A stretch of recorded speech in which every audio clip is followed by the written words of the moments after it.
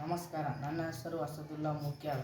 ನಾನು 8ನೇ ತರಗತಿಯಲ್ಲಿ ಓದುತ್ತೇನೆ. ನನ್ನ ಶಾಲೆಯ ಹೆಸರು ಸರ್ಕಾರಿ ಪ್ರೌಢಶಾಲಾ ಪಿರಾಪುರ.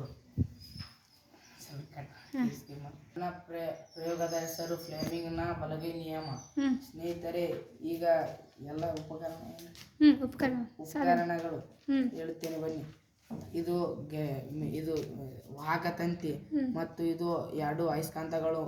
ಇದಕ್ಕೆ ಕಾಂತಕ್ಷೇತ್ರ ಇರುತ್ತದೆ ಮತ್ತು ಇದು ವಾಹಕ ತಂತಿ ಮತ್ತು ಇದನ್ನು ವಾಹಕ ತಂತಿ. ಇದು ಗೆಲಿಯೋಮೀಟರ್, ಸಣ್ಣ ಪ್ರಮಾಣದ ವಿದ್ಯುತ್ತನ್ನು ಸೂಚಿಸುವ ಗೆಲಿಯೋಮೀಟರ್ ಸಾಧಕ. ಸ್ನೇಹಿತರೆ, ಇಲ್ಲಿ ಎಲ್ಲಿ ವಿದ್ಯುತ್ ಸಂಪರ್ಕವಿಲ್ಲ. ಆದರೆ ಈ ತಂತಿಯನ್ನು ಎಳೆದು ಕೆಳಗೆ ಬಿಟ್ಟಿದರೆ ಇಲ್ಲಿ ಗೆಲಿಯೋಮೀಟರ್ನಲ್ಲಿ ತನ್ನ ಸೂಜಿಯನ್ನು ಇದು ಮಾಡುತ್ತದೆ. ಇಲ್ಲಿ ನೋಡಿ ಸ್ನೇಹಿತರೆ, ಗೆಲಿಯೋಮೀಟರ್ನಲ್ಲಿ ಸೂಜಿ ಅಲ್ಲಾಡುತ್ತದೆ. ಇದಕ್ಕೆ ಕಾರಣ ಏನೆಂದರೆ ಪ್ರೇರಿತ ವಿದ್ಯುತ್ ಕಾರಣ. ಅದಕ್ಕೆ ಫ್ಲಾಮಿಂಗ್ ನ ಬಲಗೈ ನಿಯಮ ಹೇಳುತ್ತೇನೆ ಕೇಳಿ. ಮೊದಲಿಗೆ ಹೆಬ್ಬೆರಳು, ತೋರಬೆರಳು ಮತ್ತು ಮಧ್ಯಬೆರಳು. ಹೆಬ್ಬೆರಳಿನ ದಿಕ್ಕು ವಾಹಕ ದಿಕ್ಕು ಮತ್ತು ತೋರಬೆರಳಿನ ದಿಕ್ಕು ಕಾಂತಕ್ಷೇತ್ರ ದಿಕ್ಕು ಮತ್ತು ಮಧ್ಯಬೆರಳಿನ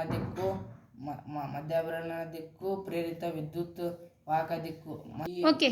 ಈ ಮೂರು ಪರಸ್ಪರವಾಗಿ ಲಂಬವಾಗಿರುತ್ತವೆ ಮತ್ತು ಹೆಬ್ಬೆರಳು ವಾಹಕ ಚಲನೆ ಮಾಡುತ್ತದೆ. ಹೀಗೆ ವಾಹಕ ದಿಕ್ಕನ್ನು ಚಲನೆ ಮಾಡುತ್ತದೆ. ಮತ್ತು ತೋರುಬೆರಳು ಕಾಂತಕ್ಷೇತ್ರ ದಿಕ್ಕನ್ನು ತೋರಿಸುತ್ತದೆ. ಮತ್ತು ಮಧ್ಯಬೆರಳು ಪ್ರೇರಿತ ವಿದ್ಯುತ್ ದಿಕ್ಕನ್ನು ತೋರಿಸುತ್ತದೆ.